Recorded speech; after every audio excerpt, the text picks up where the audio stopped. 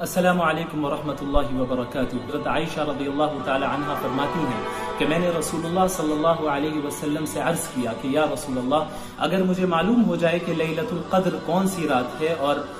مجھے لیلۃ القدر حاصل ہو جائے تو میں اللہ تعالیٰ سے کیا مانگوں اور کون سی دعا کروں؟ تو رسول اللہ صلی اللہ علیہ وسلم نے ارشاد فرمایا کہ تم کہنا اللہم انک عفو تحب العفو فاعف عنی، کہ یا اللہ آپ بہت معاف کرنے والے ہیں اور معاف کرنا تو آپ کو پسند ہے، لہٰذا آپ میرے تمام گناہوں کو معاف فرما دیں۔ قرآن کریم کے نزول کی ابتدا اسی مہینے میں ہوئی، اسی لیے قرآن کریم میں اللہ رب العالمین نے سورۃ البقرہ میں فرمایا کہ رمضان کا مہینہ ہے جس میں قرآن کریم کو نازل کیا گیا، جو کہ تمام انسانیت کے لیے ہدایت نامہ ہے۔ تو ہمیں اس آیت سے معلوم چلا کہ رمضان کے مہینے کا قرآن کریم سے اور قرآن کریم کا رمضان کے مہینے سے ایک گہرا تعلق ہے،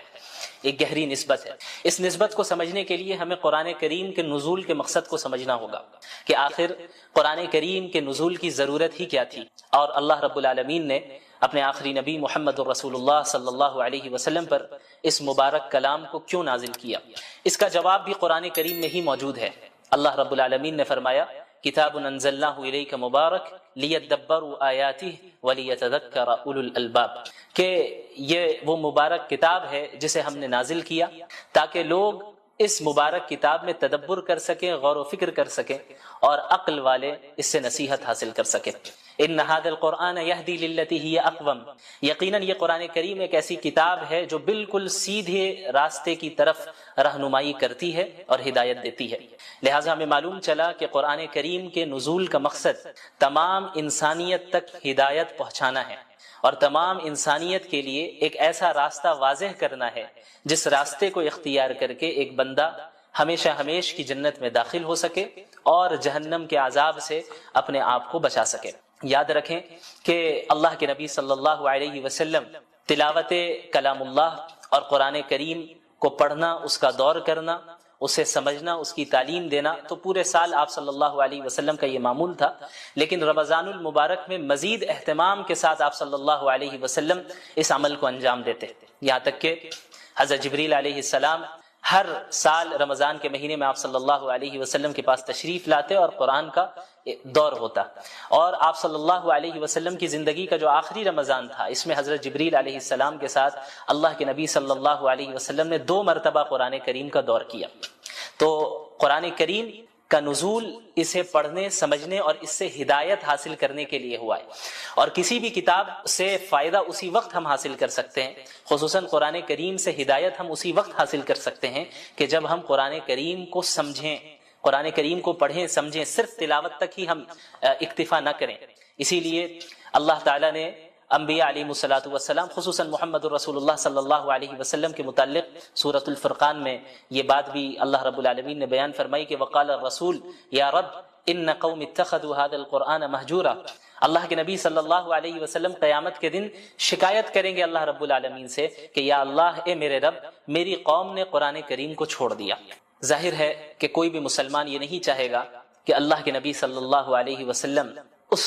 کے متعلق اللہ رب العالمین سے شکایت کرے، لہٰذا ہر مسلمان پر لازم ہے کہ قرآن کریم کے جو حقوق ہیں ان حقوق کی ادائیگی کرے۔ وہ حقوق کیا ہیں؟ مختصراً میں بیان کر دوں کہ علماء کرام نے قرآن کریم کے تقریباً 6 حقوق بیان کیے ہیں۔ سب سے پہلا حق تو یہ ہے کہ پورے قرآن کریم پر ایمان لانا کہ اللہ رب العالمین نے اس کلام کو نازل کیا ہے، اس کے الفاظ بھی اللہ کے ہیں، اس کے معنی بھی اللہ کے ہیں، اور اس میں کسی بشر کے کلام کا کوئی دخل نہیں، کسی مخلوق کے کلام کا کوئی دخل نہیں۔ سورۃ الفاتحہ سے لے کے سورۃ الناس تک ایک ایک آیت بلکہ ایک ایک حرف اللہ رب العالمین کی جانب سے نازل کردہ ہے، اور اس کی اتباع کرنا قیامت تک کے لوگوں کے لیے واجب ہے، ضروری ہے، اور اس سے انحراف اختیار کر کے کوئی بھی شخص کامیابی حاصل نہیں کر سکتا۔ قرآن کریم کا دوسرا حق ہے اس کی تعظیم کرنا، کہ چونکہ یہ ایک مقدس کتاب ہے، یہ اللہ کا کلام ہے، یہ کسی عام انسان کا کلام نہیں ہے، کسی مخلوق کا کلام نہیں ہے، یہ اللہ رب العالمین کے ڈیوائن ورڈز ہیں، یہ اللہ رب العالمین کے الفاظ ہیں، اس کے معنی ہیں، اور اس کی طرف سے نازل کردہ کلام ہے، لہٰذا اس کلام کی اس طرح تعظیم کی جائے جس طرح تعظیم کرنا رسول اللہ صلی اللہ علیہ وسلم نے ہمیں سکھایا ہے۔ اسی طرح قرآن کریم کا جو تیسرا حق ہے وہ قرآن کریم کی تلاوت کرنا ہے، چاہے قرآنی آیتوں کا مطلب سمجھ میں آ رہا ہو یا نہ آ رہا ہو، یہ ایک مستقل عبادت ہے اور یہ ایک مستقل قرآن کریم کا حق ہے کہ ہم قرآن کریم کی تلاوت کریں، جیسا کہ قرآن کریم میں اللہ رب العالمین نے انبیاء علیہ الصلاۃ والسلام کی بعثت کے مقاصد کا ذکر کیا، رسول اللہ صلی اللہ علیہ وسلم کی بعثت کے مقاصد کا ذکر کیا، تو وہاں پہ اللہ کے نبی صلی اللہ علیہ وسلم کے متعلق اللہ نے فرمایا یتلو علیہم آیاتی، کہ وہ قرآن کریم کی آیتوں کو تلاوت کر کے سناتے ہیں، اس کی تعلیم بھی دیتے ہیں اور اس کی تلاوت بھی کرتے ہیں۔ تو تعلیم کو الگ ذکر کیا گیا اور تلاوت کو الگ سے ذکر کیا گیا، جس سے معلوم چلتا ہے کہ قرآن کریم کی تلاوت کرنا چاہے وہ سمجھ میں آئے یا نہ آئے، یہ ایک مستقل عبادت اور یہ قرآن کریم کا ایک مستقل حق ہے۔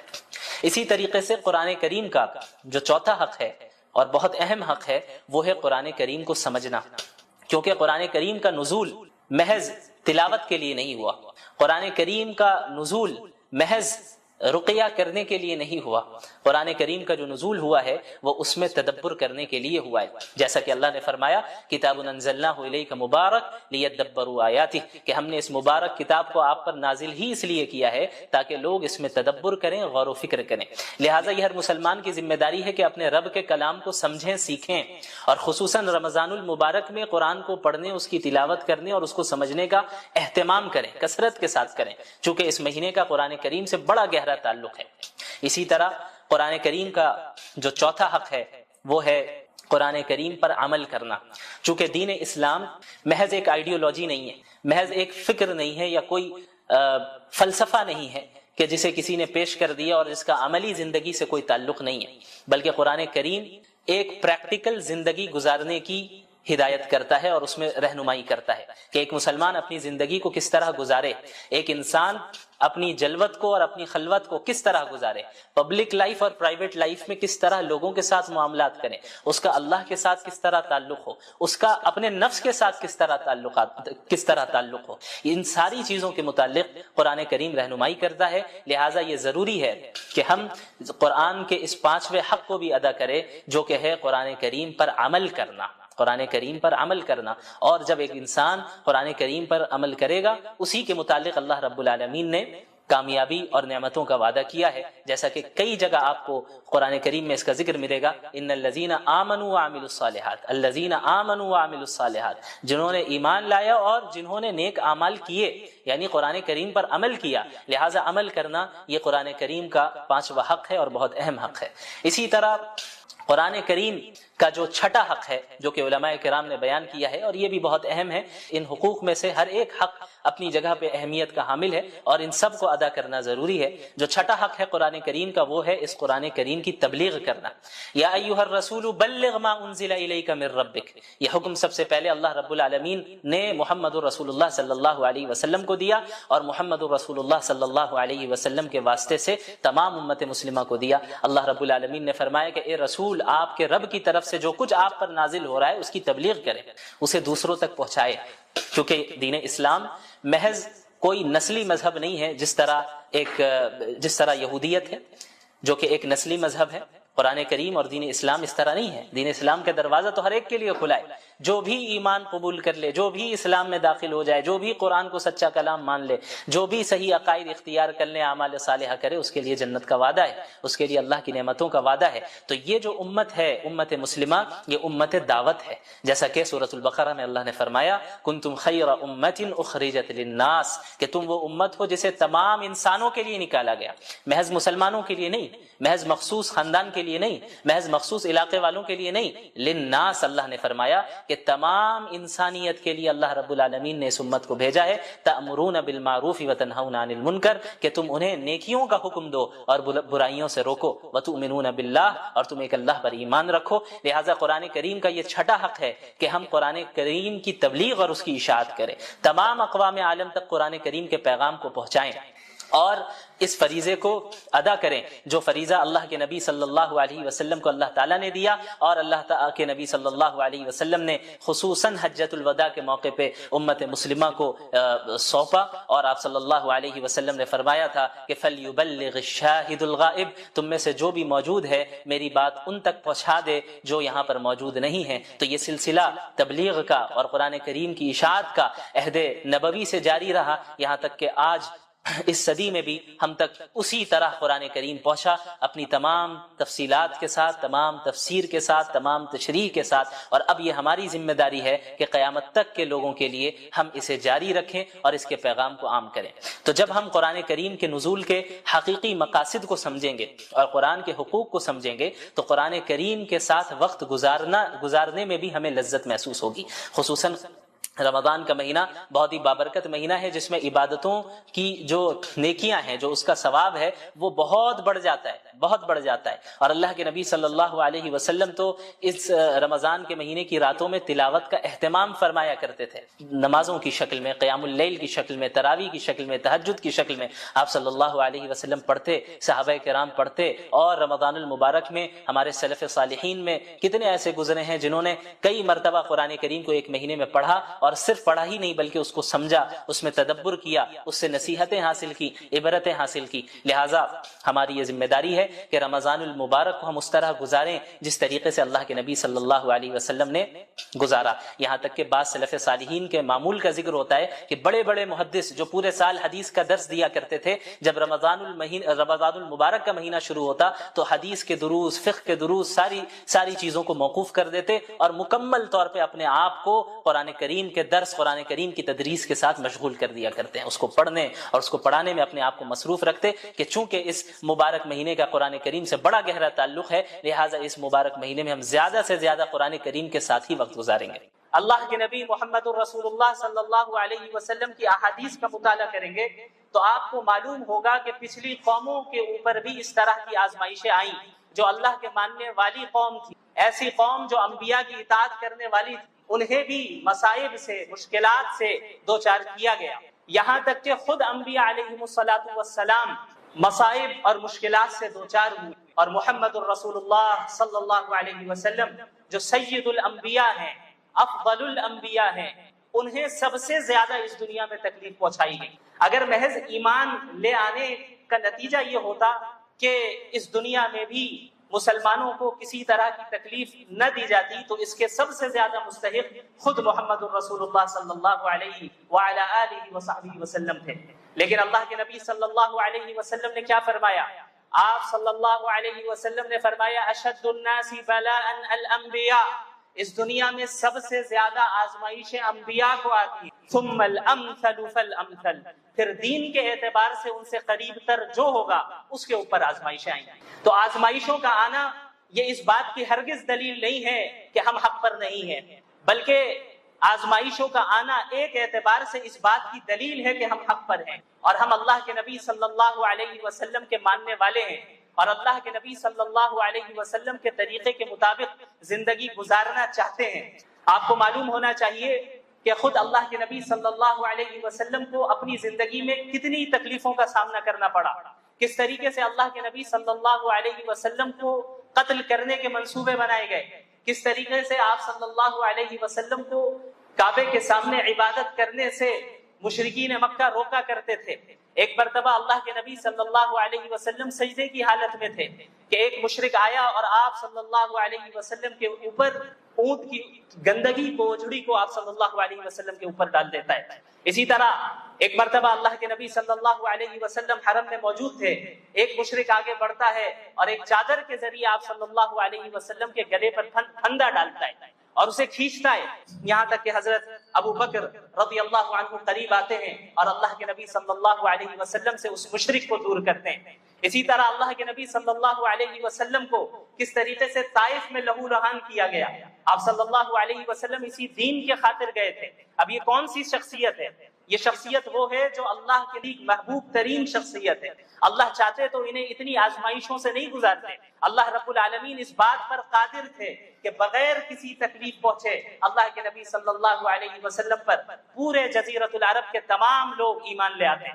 لیکن اللہ کے نبی صلی اللہ علیہ وسلم کو بھی آزمائشوں سے گزارا گیا۔ کیوں؟ تاکہ قیامت تک کی امت کے لیے وہ ایک نمونہ بن سکے، قیامت تک کی امت کے لیے وہ ایک رول ماڈل بن سکے، امت نصیحت حاصل کر سکے کہ ان مواقع میں اللہ کے نبی صلی اللہ علیہ وسلم کی سنت کیا رہی، ان حالات میں اللہ کے نبی صلی اللہ علیہ وسلم نے کس طرح مشرکین کے ساتھ ڈیل کیا، ان حالات میں اللہ کے نبی صلی اللہ علیہ وسلم نے مسلمانوں کو کس طرح تیار کیا، منظم کیا۔ چونکہ آپ صلی اللہ علیہ وسلم کو قیامت تک کے لوگوں کے لیے نمونہ بنانا تھا، اسی لیے اللہ کے نبی صلی اللہ علیہ وسلم کو بھی ان آزمائش سے گزارا گیا، ان آزمائشوں سے گزارا گیا۔ 3 سال تک مشرکین مکہ نے شعب ابی طالب میں اللہ کے نبی صلی اللہ علیہ وسلم، مسلمان اور آپ کے خاندان والوں کا مکمل سوشل بائیکاٹ کیا، مکمل سوشل بائیکاٹ کیا، یہاں تک کہ مسلمانوں کے بچے ایک ایک دانے کے لیے ترس رہے تھے۔ یہ صورتحال گزری رسول اللہ صلی اللہ علیہ وسلم پر، اور آپ صلی اللہ علیہ وسلم کے صحابہ کرام نے بھی اسی طرح کی قربانیاں دی۔ آپ کو معلوم ہے حضرت بلال رضی اللہ عنہ، ان کا نام آپ نے سنا ہے، کس طریقے سے حضرت بلال رضی اللہ عنہ نے اسلام قبول کیا۔ ظاہر ہے اللہ کے نبی صلی اللہ علیہ وسلم کی جس جگہ بعثت ہوئی، جس زمانے میں بعثت ہوئی، یہ ایک ایسا زمانہ تھا جہاں انسانیت اپنی انتہا اور پستی کی انتہا تک پہنچ چکی، جہاں غلاموں کو ان کے حقوق نہیں دیے جاتے تھے، سلیوز کو ان کے فنڈامنٹل ہیومن رائٹ سے بھی محروم رکھا گیا تھا۔ ایسے موقع پہ جب حضرت بلال رضی اللہ عنہ نے اللہ کے نبی صلی اللہ علیہ وسلم کی تعلیمات کو سنا کہ یہ غلام تمہارے بھائی ہیں، انہیں وہی کھلاؤ جو خود کھاتے ہو، انہیں وہی پہناؤ جو خود پہنتے ہو، انہیں اتنا بوجھ نہ دو کہ وہ اسے پورا نہ کر پائے، اور اگر کوئی بھاری کام دینا بھی پڑ جائے تو تم خود ان کا تعاون کرو۔ اللہ کے نبی صلی اللہ علیہ وسلم کی ایسی تعلیمات جن کو سن کر حضرت بلال رضی اللہ عنہ اسلام کی طرف مائل ہوئے، اور دل و دماغ میں ایمان راسخ ہو گیا، یہاں تک کہ ان کا جو مالک تھا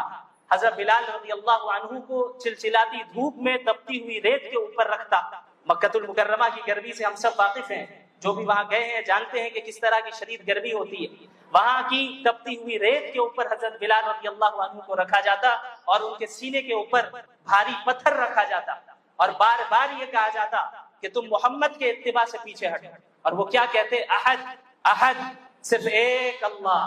صرف ایک اللہ۔ آخر کیا چیز جو حضرت بلال رضی اللہ عنہ کے اندر داخل ہو گئی تھی، ایک ایسی چیز جو انہیں دنیا کی ہر طرح کی تکلیفوں کو جھیلنے کے لیے تیار، اس کی تعلیم دینا۔ تو پورے سال آپ صلی اللہ علیہ وسلم کا یہ معمول تھا، لیکن رمضان المبارک میں مزید اہتمام کے ساتھ آپ صلی اللہ علیہ وسلم اس عمل کو انجام دیتے، یہاں تک کہ حضرت جبریل علیہ السلام ہر سال رمضان کے مہینے میں آپ صلی اللہ علیہ وسلم کے پاس تشریف لاتے اور قرآن کا دور ہوتا، اور آپ صلی اللہ علیہ وسلم کی زندگی کا جو آخری رمضان تھا، اس میں حضرت جبریل علیہ السلام کے ساتھ اللہ کے نبی صلی اللہ علیہ وسلم نے 2 مرتبہ قرآن کریم کا دور کیا۔ تو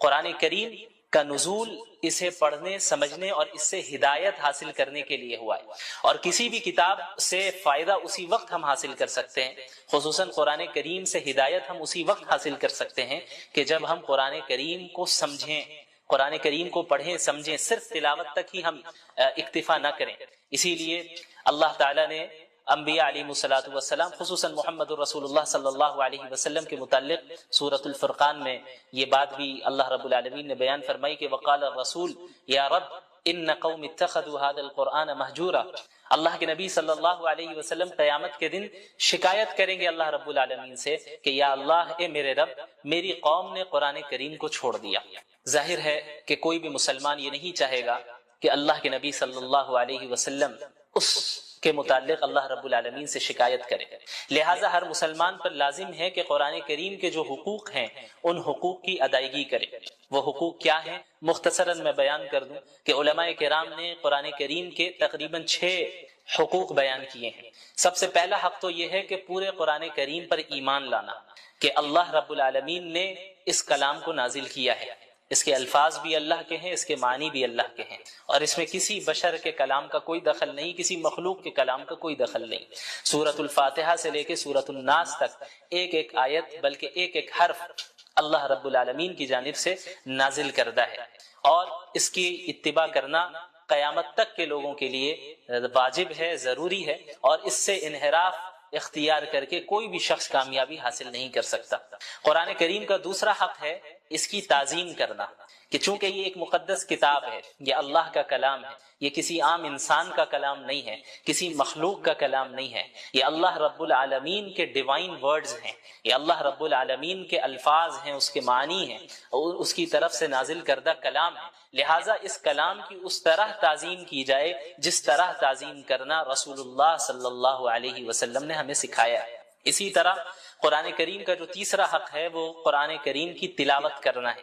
چاہے قرآنی آیتوں کا مطلب سمجھ میں آ رہا ہو یا نہ آ رہا ہو، یہ ایک مستقل عبادت ہے اور یہ ایک مستقل قرآن کریم کا حق ہے کہ ہم قرآن کریم کی تلاوت کریں، جیسا کہ قرآن کریم میں اللہ رب العالمین نے انبیاء علیہ الصلاۃ والسلام کی بعثت کے مقاصد کا ذکر کیا، رسول اللہ صلی اللہ علیہ وسلم کی بعثت کے مقاصد کا ذکر کیا، تو وہاں پہ اللہ کے نبی صلی اللہ علیہ وسلم کے متعلق اللہ نے فرمایا یتلو علیہم آیاتی، کہ وہ قرآن کریم کی آیتوں کو تلاوت کر کے سناتے ہیں، اس کی تعلیم بھی دیتے ہیں اور اس کی تلاوت بھی کرتے ہیں۔ تو تعلیم کو الگ ذکر کیا گیا اور تلاوت کو الگ سے ذکر کیا گیا، جس سے معلوم چلتا ہے کہ قرآن کریم کی تلاوت کرنا چاہے وہ سمجھ میں آئے یا نہ آئے، یہ ایک مستقل عبادت اور یہ قرآن کریم کا ایک مستقل حق ہے۔ اسی طریقے سے قرآن کریم کا جو چوتھا حق ہے اور بہت اہم حق ہے وہ ہے قرآن کریم کو سمجھنا، کیونکہ قرآن کریم کا نزول محض تلاوت کے لیے نہیں ہوا، قرآن کریم کا نزول محض رقیہ کرنے کے لیے نہیں ہوا، قرآن کریم کا جو نزول ہوا ہے وہ اس میں تدبر کرنے کے لیے ہوا ہے، جیسا کہ اللہ نے فرمایا کتاب انزلناہ الیک مبارک لیدبروا آیاتہ، کہ ہم نے اس مبارک کتاب کو آپ پر نازل ہی اس لیے کیا ہے تاکہ لوگ اس میں تدبر کریں، غور و فکر کریں۔ لہٰذا یہ ہر مسلمان کی ذمہ داری ہے کہ اپنے رب کے کلام کو سمجھیں، سیکھیں، اور خصوصاً رمضان المبارک میں قرآن کو پڑھنے، اس کی تلاوت کرنے اور اس کو سمجھنے کا اہتمام کریں، کثرت کے ساتھ کریں، چونکہ اس مہینے کا قرآن کریم سے بڑا گہرا تعلق ہے۔ اسی طرح قرآن کریم کا جو چوتھا حق ہے وہ ہے قرآن کریم پر عمل کرنا، چونکہ دین اسلام محض ایک آئیڈیولوجی نہیں ہے، محض ایک فکر نہیں ہے یا کوئی فلسفہ نہیں ہے کہ جسے کسی نے پیش کر دیا اور اس کا عملی زندگی سے کوئی تعلق نہیں ہے، بلکہ قرآن کریم ایک پریکٹیکل زندگی گزارنے کی ہدایت کرتا ہے اور اس میں رہنمائی کرتا ہے کہ ایک مسلمان اپنی زندگی کو کس طرح گزارے، ایک انسان اپنی جلوت کو اور اپنی خلوت کو کس طرح گزارے، پبلک لائف اور پرائیویٹ لائف میں کس طرح لوگوں کے ساتھ معاملات کریں، اس کا اللہ کے ساتھ کس طرح تعلق، اس کا اپنے نفس کے ساتھ کس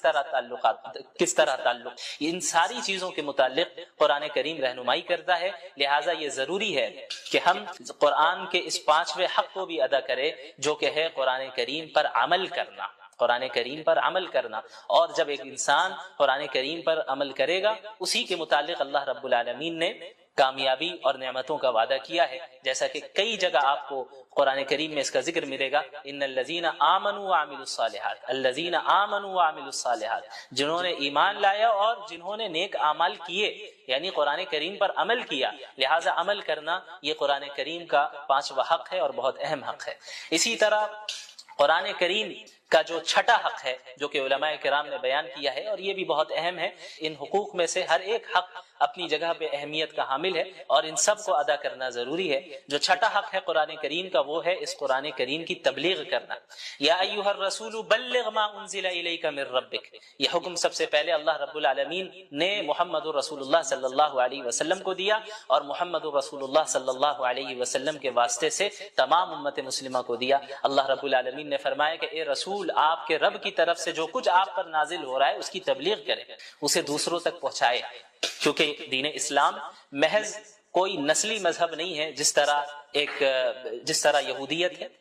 جو کہ ایک نسلی مذہب ہے۔ قرآن کریم اور دین اسلام اس طرح نہیں ہے، دین اسلام کا دروازہ تو ہر ایک کے لیے کھلا ہے، جو بھی ایمان قبول کر لے، جو بھی اسلام میں داخل ہو جائے، جو بھی قرآن کو سچا کلام مان لے، جو بھی صحیح عقائد اختیار کر لے، اعمال صالحہ کرے، اس کے لیے جنت کا وعدہ ہے، اس کے لیے اللہ کی نعمتوں کا وعدہ ہے۔ تو یہ جو امت ہے امت مسلمہ، یہ امت دعوت ہے، جیسا کہ سورۃ البقرہ میں اللہ نے فرمایا کنتم خیر امۃ اخرجت للناس، کہ تم وہ امت ہو جسے تمام انسانوں کے لیے نکالا گیا، محض مسلمانوں کے لیے نہیں، محض مخصوص خاندان کے لیے نہیں، محض مخصوص علاقے والوں کے لیے نہیں، للناس اللہ نے فرمایا کہ تمام انسانیت کے لیے اللہ رب العالمین نے اس امت کو بھیجا ہے، تأمرون بالمعروف وتنہون عن المنکر، کہ تم انہیں نیکیوں کا حکم دو اور برائیوں سے روکو، وتؤمنون باللہ، اور تم ایک اللہ پر ایمان رکھو۔ لہٰذا قرآن کریم کا یہ چھٹا حق ہے کہ ہم قرآن کریم کی تبلیغ اور اس کی اشاعت کریں، تمام اقوام عالم تک قرآن کریم کے پیغام کو پہنچائیں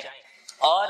اس فریضے کو ادا کریں جو فریضہ اللہ کے نبی صلی اللہ علیہ وسلم کو اللہ تعالیٰ نے دیا، اور اللہ تعالیٰ کے نبی صلی اللہ علیہ وسلم نے خصوصاً حجۃ الوداع کے موقع پہ امت مسلمہ کو سونپا، اور آپ صلی اللہ علیہ وسلم نے فرمایا تھا کہ فَلْيُبَلِّغِ الشَّاهِدُ الْغَائِبُ، تم میں سے جو بھی موجود ہے میری بات ان تک پہنچا دے جو یہاں پر موجود نہیں ہے۔ تو یہ سلسلہ تبلیغ کا اور قرآن کریم کی اشاعت کا عہد نبوی سے جاری رہا، یہاں تک کہ آج اس صدی میں بھی ہم تک اسی طرح قرآن کریم پہنچا، اپنی تمام تفصیلات کے ساتھ، تمام تفسیر کے ساتھ، تمام تشریح کے ساتھ، اور اب یہ ہماری ذمہ داری ہے کہ قیامت تک کے لوگوں کے لیے ہم اسے جاری رکھیں اور اس کے پیغام کو عام کریں۔ تو جب ہم قرآن کریم کے نزول کے حقیقی مقاصد کو سمجھیں گے اور قرآن کے حقوق کو سمجھیں گے تو قرآن کریم کے ساتھ وقت گزارنے میں بھی ہمیں لذت محسوس ہوگی۔ خصوصاً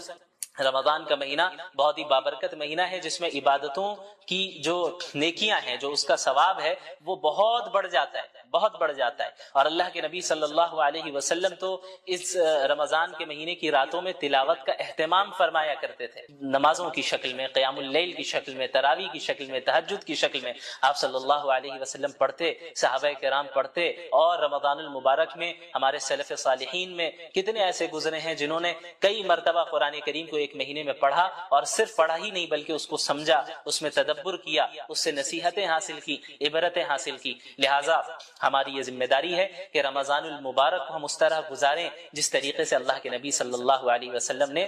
گزارا۔ یہاں تک کہ بعض سلف صالحین کے معمول کا ذکر ہوتا ہے کہ بڑے بڑے محدث جو پورے سال حدیث کا درس دیا کرتے تھے، جب رمضان المبارک کا مہینہ شروع ہوتا تو حدیث کے دروس، فقہ کے دروس،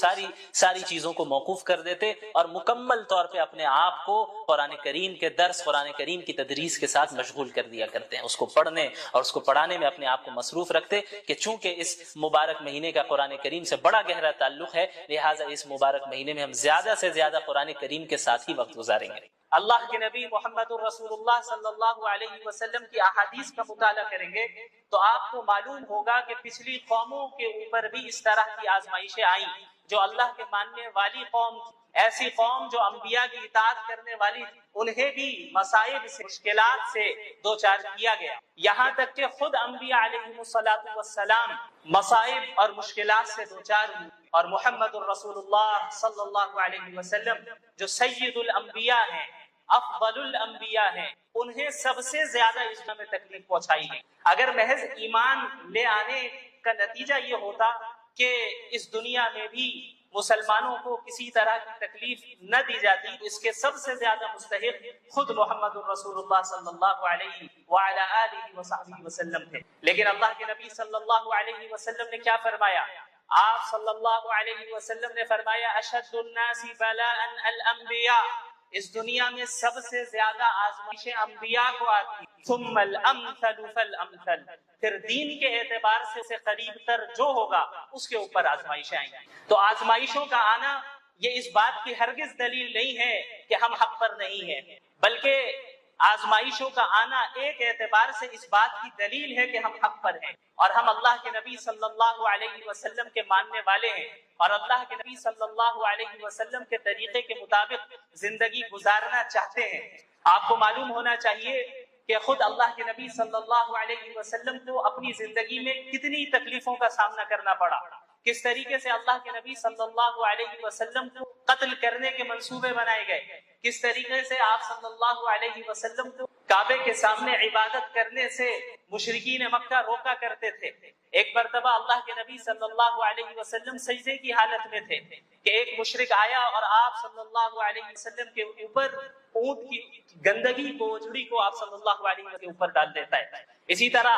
ایک مرتبہ اللہ کے نبی صلی اللہ علیہ وسلم حرم میں موجود تھے، ایک مشرک آگے بڑھتا ہے اور ایک چادر کے ذریعے آپ صلی اللہ علیہ وسلم کے گلے پر پھندا ڈالتا ہے اور اسے کھینچتا ہے، یہاں تک کہ حضرت ابو بکر رضی اللہ عنہ قریب آتے ہیں اور اللہ کے نبی صلی اللہ علیہ وسلم سے اس مشرک کو دور کرتے ہیں۔ اسی طرح اللہ کے نبی صلی اللہ علیہ وسلم کو کس طریقے سے طائف میں لہو لہان کیا گیا، آپ صلی اللہ علیہ وسلم اسی دین کے خاطر گئے تھے۔ اب یہ کون سی شخصیت ہے؟ یہ شخصیت وہ ہے جو اللہ کی محبوب ترین شخصیت ہے۔ اللہ چاہتے تو اتنی آزمائشوں سے نہیں گزارتے۔ اللہ رب العالمین اس بات پر قادر ہے کہ بغیر کسی تکلیف پہنچے اللہ کے نبی صلی اللہ علیہ وسلم پر پورے جزیرۃ العرب کے تمام لوگ ایمان لے آتے ہیں، لیکن اللہ کے نبی صلی اللہ علیہ وسلم کو بھی آزمائشوں سے گزارا گیا۔ کیوں؟ تاکہ قیامت تک کی امت کے لیے وہ ایک نمونہ بن سکے، قیامت تک کی امت کے لیے وہ ایک رول ماڈل بن سکے، امت نصیحت حاصل کر سکے کہ ان مواقع میں اللہ کے نبی صلی اللہ علیہ وسلم کی سنت کیا رہی، ان حالات میں اللہ کے صلی اللہ علیہ وسلم نے کس طرح مشرکین کے ساتھ ڈیل کیا، ان حالات میں اللہ کے نبی صلی اللہ علیہ وسلم نے مسلمانوں کو کس طرح تیار کیا، منظم کیا۔ چونکہ آپ صلی اللہ علیہ وسلم کو قیامت تک کے لوگوں کے لیے نمونہ بنانا تھا، اسی لیے اللہ کے نبی صلی اللہ علیہ وسلم کو بھی ان آزمائش سے گزارا گیا، ان آزمائشوں سے گزارا گیا۔ 3 سال تک مشرکین مکہ نے شعب ابی طالب میں اللہ کے نبی صلی اللہ علیہ وسلم، مسلمان اور آپ کے خاندان والوں کا مکمل سوشل بائیکاٹ کیا، یہاں تک کہ مسلمانوں کے بچے ایک ایک دانے کے لیے ترس رہے تھے۔ یہ صورتحال گزری رسول اللہ صلی اللہ علیہ وسلم پر، اور آپ صلی اللہ علیہ وسلم کے صحابہ کرام نے اسی طرح کی قربانیاں دی۔ آپ کو معلوم ہے حضرت بلال رضی اللہ عنہ، ان کا نام آپ نے سنا ہے، کس طریقے سے حضرت بلال رضی اللہ عنہ نے اسلام قبول کیا۔ ظاہر ہے اللہ کے نبی صلی اللہ علیہ وسلم کی جگہ بعثت ہوئی، جس زمانے میں بعثت ہوئی، یہ ایک ایسا زمانہ تھا جہاں انسانیت اپنی انتہا اور پستی انتہا تک پہنچی، جہاں غلاموں کو ان کے حقوق نہیں دیے جاتے تھے، سلیوز کو ان کے فنڈامنٹل ہیومن رائٹ سے بھی محروم رکھا گیا تھا۔ ایسے موقع پہ جب حضرت بلال رضی اللہ عنہ نے اللہ کے نبی صلی اللہ علیہ وسلم کی تعلیمات کو سنا